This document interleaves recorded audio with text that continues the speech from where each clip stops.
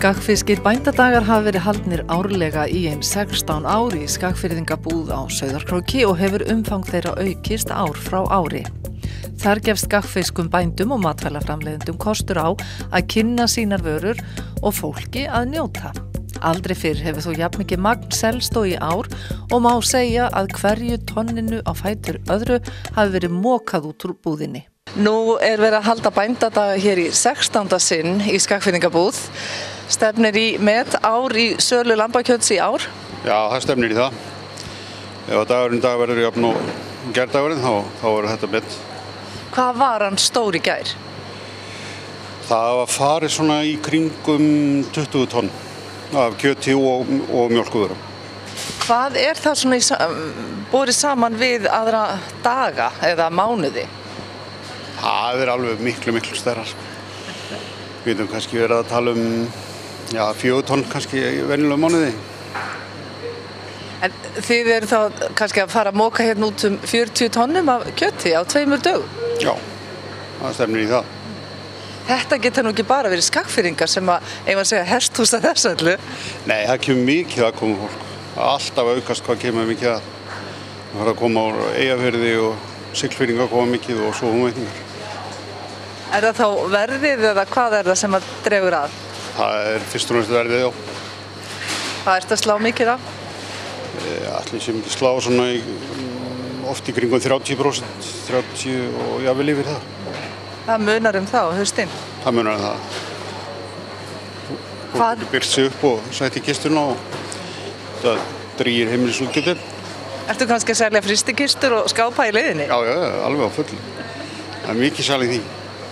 Sumir eiga ekki kistur og þá þurfa þeir að fá það til að geta fyllt á. Það fljótt að borga sig? Já, ég held að það hljóta að vera gott fyrir fólk að eiga kistu. Hvað það svona, hvað heldur að meðal Jónin sé að labba út með háan reikning? Það rosalega misjafnt. Sumir eru með bara yfir 100.000 og það bara með minna. En neyslumynstri að breytast? Já, ég held að breytist nú á hinn veginn, sko. Þetta held ég svona minkandi að menn séu að taka svona mikið magn og það sé að fara í aukana frekar að fólk vilji bara kaupa jafnóðum. Það sé svona kynslóð sem sé að fara, sem svona að byrgja sig upp á haustmat. Já. En eitthvað nú að taka í slátur líka, eða hvað? Já. Það þó lítið. Þó nokkuð sal í því. En hún frekar minkandi. Þarf ekki bara að halda námskeið í sláturgerð? Það bara, held ég þyrfti. Þetta bara hollur og góður matur og þyrfti að viðhalda þessu. Finnur þú fyrir því að svona matarvenjur Íslendinga sé að breytast? Já, það náttúrulega alltaf einhverjar stefnur og straumar sem að koma og fara, en ég veit ekki hvort við eigum að segja breytingar. Ég held að enga stórvægilega breytingar séu. Við höldum okkur enn við gamlar hefðir sem betur fer og reynum að halda þeim. En auðvitað fylgjum við því sem að gerast bæði í Skandinavíu og út í heimi. Við ferðumst mikið á milli landa og kynnum okkur stefnur og strauma, en hefðirnar kannski breytast ekki.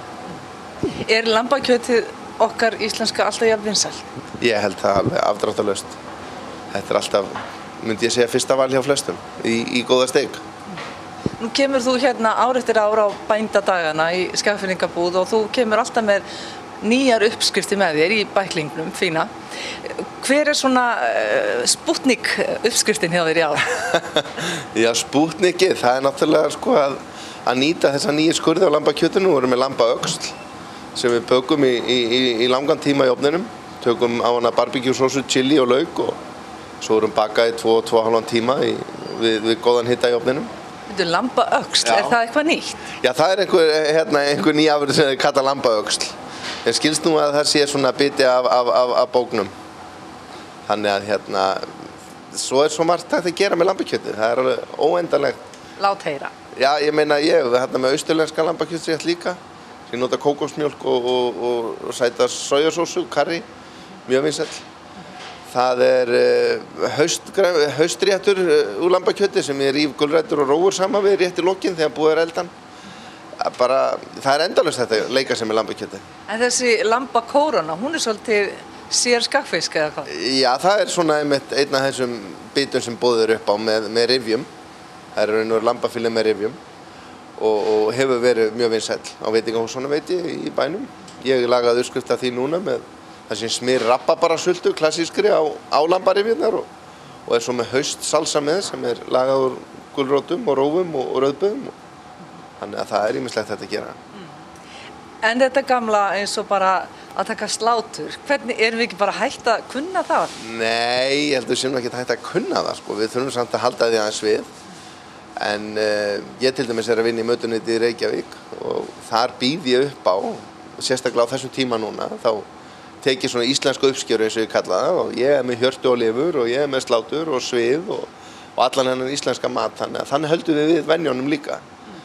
En ungt fólk svona ragara við að elda þetta eða kann það hreinlega ekki að elda það? Ég held að sé bara það bara kann það ekki, það þessi reddist þetta í kynslóð sko, en að sjálfsögðu eru margir aldrei uppi þetta líka sem betur fyrir ennþá. Býtu, hvernig gerir maður svona bara góða uppskrift úr hjörtum til dæmis? Hjörtun eru náttúrulega afskaplega góð matur. Ég til dæmis tek þau og elda þau í langan tíma í rauðvíni og lárugalauf, grænn pipar, jafnvel einhverju villisveppir og svona til að brydda upp á einhverju nýju. Svo eldar maður þetta í ofninu, skerir þetta í bita og steikir og eldar þetta svo 2-3 tíma bara á 120 gráðum. Laga svo sósuna úr öllum kraftinum og þá ertu komið með alveg eðal rétt með smá rauðvíni sko. Góð hugmynd, en sko, ég að heyra að þú ert að tala að þetta svo hæg eldað. Er það kannski það sem hefur breyst svolítið? Já, geti verið. Það svona verið að kjöti meirnar á þessum langa eldunartíma. Þannig að það það sem verið að gera mikið í dag. Það þessi hæg eldun á kjöti sem þá elda við langan tíma á vægum hita. Eitthvað fleira sem alveg nýtt, öxlinn og kórónan og eitthvað fleira? Já, ég meina við erum alltaf að leika okkur með mjólkurafurðir og annað, þannig að ég til dæmis lagaði núna krem úr sýrður rjóma og hvítu súkkulaði. Hljóma vel. Tvær tegundir af hráefnum, einfalt, bara eða súkkulaði, blandið sýrða rjómanum saman við. Getur notað þetta krem á súkkulaðitertuna eða gulrótartertuna eða hvað sem er. Snild. Þú skilur okkur eftir með bara, sko ég kom með vatn í munnin af við langar að segja eitthvað. Það bara mæti smakkið á eftir.